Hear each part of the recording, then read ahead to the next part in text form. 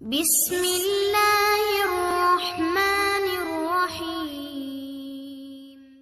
السلام علیکم دوستو، 12 ایسے گانے جو آپ کو کافر بنا دیں گے۔ عام طور پر لوگ ان گانوں کو بڑی شوق سے سنتے ہیں اور انہیں پتہ بھی نہیں ہوتا کہ یہ گانا سننے کی وجہ سے اس انسان کا اسلام سے تعلق ختم ہو جاتا ہے، وہ انسان کافر بن جاتا ہے، کیونکہ جن گانوں میں شرک ہوتا ہے اور انسان اس کو اگر سنتا ہے اور توبہ نہیں کرتا ہے یا وہ اس کو سننے کے بعد اس کو دل و دماغ میں اتار لیتا ہے تو وہ بندے کا اسلام سے اس کا تعلق ختم ہو جاتا ہے، وہ انسان کافر بن جاتا ہے۔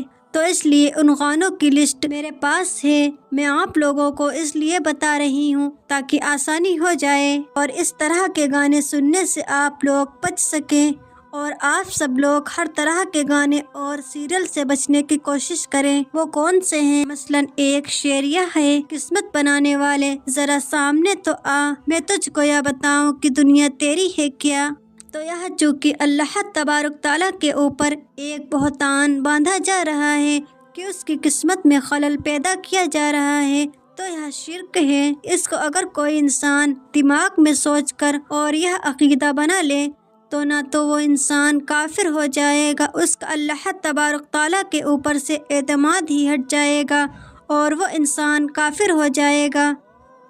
اس کے علاوہ ایک سانگ کا ایک شعر ہے، نمبر 2، میں پیار کا پجاری مجھے پیار چاہیے، رب جیسا ہی مجھے سندر یار چاہیے۔ اب آپ لوگ بتاؤ، خالق خالق ہے، مخلوق خالق کے برابر کبھی نہیں ہو سکتا۔ یا اگر کوئی بندہ گانا گا رہا ہے، یہ عقیدہ رکھنے والا انسان کافر ہو جائے گا، اس انسان کا اسلام سے تعلق ختم ہو جائے گا۔ اسی طرح سے ایک گانا ہے، نمبر 3، رکھوں گا تمہیں دھڑکنوں میں بسا کے، تمہیں چاہوں گا خدا میں بنا کے۔ استغفر اللہ، اللہ تو اللہ ہے، اللہ اور بندے میں یہی فرق ہے کہ اللہ تعالیٰ سے محبت کی جائے۔ قرآن میں ہے، جو غیر خدا کو شریک خدا بناتے ہیں اور ان سے خدا جیسی محبت رکھتے ہیں، لیکن جو ایمان والے ہیں وہ سب سے زیادہ خدا ہی کے دوست ہیں۔ تو یہ اگر کوئی انسان گانا گاتا ہے یا سنتا ہے تو اس انسان کا اسلام سے تعلق ختم ہو جاتا ہے۔ اسی طرح سے ایک گانا ہے، نمبر 4، جب سے تیرے اینا میرے اینوں سے لاگے رے، تب سے دیوانہ ہوا سب سے بیگانہ ہوا، رب بھی دیوانہ لاگے رے۔ استغفر اللہ، یعنی رب بھی دیوانہ لگے، یعنی عشق اور معشوق میں انسان اتنا آگے بڑھ گیا ہے کہ وہ اسے یہ بھی خیال نہیں رہا کہ اللہ کون ہے۔ اللہ خالق ہے، مالک ہے، رازق ہے، سب کو پالنے والا ہے، پیدا کرنے والا ہے، اور ان لوگوں کے لیے دنیا کی ایک ناجائز محبتوں میں اللہ کو لے کر آ رہا ہے اور اللہ کے برابر شریک ٹھہرا رہا ہے۔ بھائی بہنوں، آپ سوچو نا، اسلام جب نبیوں اور ولیوں کو اللہ کے برابر ٹھہرانے کی اجازت نہیں دے رہا، اس کو شرک بتا رہا ہے، تو یہ لوگوں کو اس بات کی اجازت کہاں سے مل سکتی ہے کہ اپنی محبوبہ کو اللہ کے برابر ٹھہرائے اور اللہ کے طرح اس کو پوجے یا اللہ کی طرح محبت کی مثال دے؟ تو یہ اس طرح کے سانگ سننے والا انسان کافر ہو جاتا ہے اسلام کی نظر میں۔ اسی طرح سے ایک گانا ہے، نمبر 5، دکھ کو ہے گلے لگایا، ہر مشکل میں ساتھ نبھایا، ان کی کیا تعریف کروں، فرصت سے رب نے بنایا۔ دوستو، عام طور سے لوگ یہ بھی جملہ بولتے ہیں کہ اللہ نے بڑی فرصت سے آپ کو بنایا ہے۔ جب اللہ کسی چیز کا ارادہ کرتا ہے تو کہتا ہے ہو جا، اور وہ ہو جاتا ہے۔ تو اللہ تعالیٰ نے کسی کو فرصت سے نہیں بنایا، اللہ نے تو بس اپنے امر کے ذریعے، حکم کے ذریعے پوری کائنات کو بنا دیا۔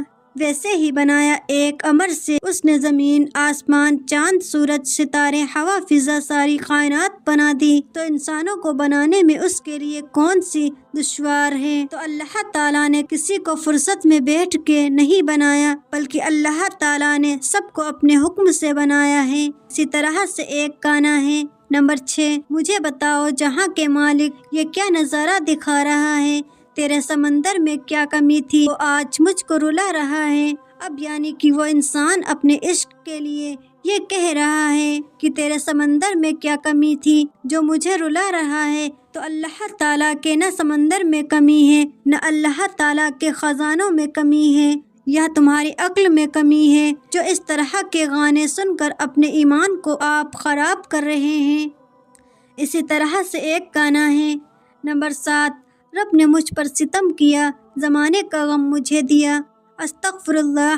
یہ اللہ تعالیٰ کو اس میں ظالم ٹھہرایا گیا ہے، اس لیے اس طرح کے گانے سننے سے پرہیز کرنا چاہیے ورنہ انسان کافر ہو جائے گا۔ نمبر 8، حسینوں کو آتے ہیں کیا کیا بہانے، خدا بھی نہ جانے تو ہم کیسے جانے۔ استغفر اللہ۔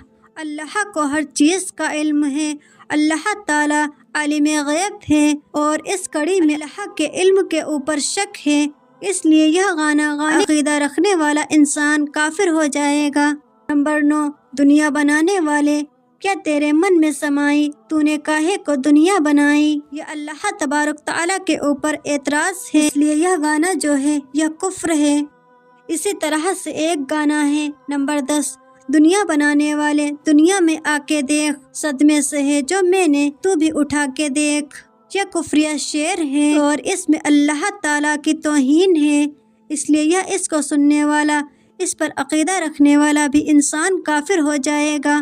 نمبر 11، دل میں ہو تم آنکھوں میں تو بولوں، تمہیں کیسے چاہوں، پوجا کروں یا سجدہ کروں، جیسے کہو ویسے چاہوں۔ یا مجازی محبوب کی پوجا کرنے کی اور اجازت مانگی جا رہی ہے، حالانکہ اللہ تعالیٰ کے علاوہ غیر اللہ کو سجدہ حرام ہے، چاہے تعظیمی سجدہ کیا جائے تو حرام ہے یا تابوتی سجدہ کیا جائے تو وہ شرک ہے۔ تو اس لیے اس طرح کے جملے اور شعر کہنے والے اور عقیدہ رکھنے والے لوگ کافر ہیں۔ نمبر 12، سیب کا موتی ہے تو یہ آسمان کی دھول ہے، تو ہے قدرت کا کرشمہ، یا خدا کی بھول ہے یا کفر ہے، اور اللہ تعالیٰ بھولتا نہیں ہے اور اللہ تعالیٰ بھولنے سے بالکل پاک ہے۔ تو یہ جو عقیدہ رکھنے والے لوگ کو کافر کہا جاتا ہے۔ جو شخص اللہ تبارک تعالیٰ کے حکم کا ٹھیک انکار کر دے، اب چاہے وہ بظاہر کلمہ پڑھنے والا ہو یا کلمہ نہ پڑھنے والا ہو، یہودی ہو، منافق ہو، مجوس ہو، وہ کوئی بھی ہو، لیکن جو اللہ کی آیات کا انکار کرتا ہے نا، اسلام نے اس کو کافر کہا ہے۔ پیارے دوستو، آپ سب سے گزارش ہے کہ ہر قسم کے گانے اور سیریل سے بچنے کی کوشش کریں انشاءاللہ۔ یہ اللہ تعالی ہمیں نیک بندوں میں شامل کر اور شیطان کے ہر چال سے بچا اور نبی صلی اللہ علیہ وسلم کی ہر سنت پر عمل کرنے والی بنا دے۔